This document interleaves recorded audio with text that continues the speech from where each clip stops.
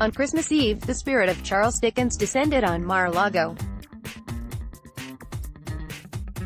President Donald Trump was haunted by Dickens' ghosts of Christmases past, present and future.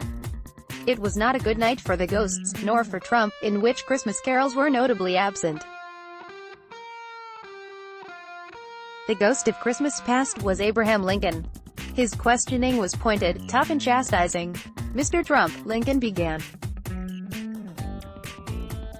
"what have you done to my party and to Republicans? We believed in ideals and truth. We believed in allowing our better angels to prevail. And we believed in charity for all with malice toward none," Trump interrupted. "Abe, may I call you Abe? This is not 1861 or 1865.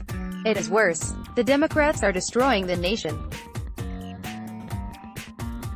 They are far more dangerous than the Confederates, who lack the industrial base to defeat the North. But the Dems have all the money to do the job, Mr. Trump. You may not call me Abe, Mr. Lincoln or President Lincoln will suffice. And we are off to visit a household in New York, a family who spent a great deal of money at Trump University and lost it all. That is unfair," Trump bellowed. Trump University was a great success. People learned how to make money, and that is why you had to close it down and pay $25 million in damages. That never happened. It was the lying media and fake news. This family lived in a cold water flat in the Bronx complex owned by the president's son-in-law Jared Kushner. Heat and electricity were sporadic in the tiny, squalid apartment. The youngest of 5 children was dying because the family could not afford medications. Despite Lincoln's pleas, Trump took little notice of the conditions and soon found himself in bed at Mar-a-Lago awaiting Christmas present. It was John McCain. "McCain, what are you doing here?" a flustered Trump muttered. "I am taking you to Afghanistan and the front lines. For a moment you will be private." Trump in a forward operating base under attack by the Taliban. "Must we?" McCain's expression was unambiguous. They were about to land in Afghanistan. As mortar shells landed around the fob, Trump instinctively dove for cover, cowering under the nearest table. An instant later, 5 Taliban crashed into the bunker with AK-47s leveled at Trump. Back in bed, the president was in a cold sweat, shaking from the near-death experience. Before the ghost of Christmas present absented himself, he had a final comment.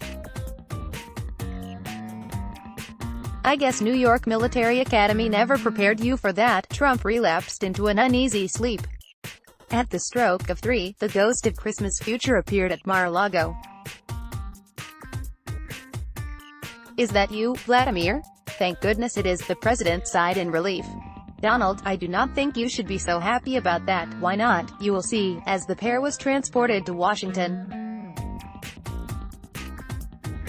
It was June 2020. Floating above the Capitol, Trump heard the news. The Supreme Court had ordered the release of the president's tax returns and his business records in March. Acquitted in the Senate in a 2-day trial in January, the president was on his way to re-election. But his tax and business records were political, nuclear time bombs. Both showed the Trump Organization had survived because of Russian money, much of which had been laundered. Russian-backed loans saved several of the Trump hotels along with outright overpriced purchases of Florida condos that were under financial water. The returns were the basis for New York grand jury's indictments alleging fraud and tax evasion by Trump. "Vlad, how did this happen? Are you screwing me? After all, I was on your side." "Of course not. You were our preferred candidate. You have been very useful. Hillary would have been a disaster. Now that you will be crushed in November, our efforts are for naught.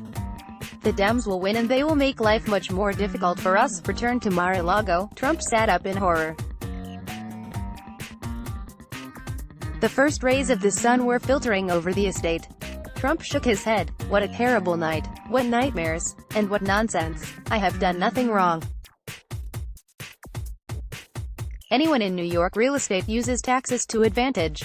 Like impeachment, this is a scam, a hoax, and like Russian collusion, is a witch hunt. Restless in his oversized bed, Trump wondered aloud, who is this guy Dickens anyway? Harlan Ullman is UPI's Arnaud Debordge distinguished columnist. He serves as senior advisor at the Atlantic Council and was a professor of military strategy at the National War College and the Naval War College. His latest book is Anatomy of Failure: Why America Has Lost Every War It Starts. Follow him at Harlan Ullman. Let's block ads. Why?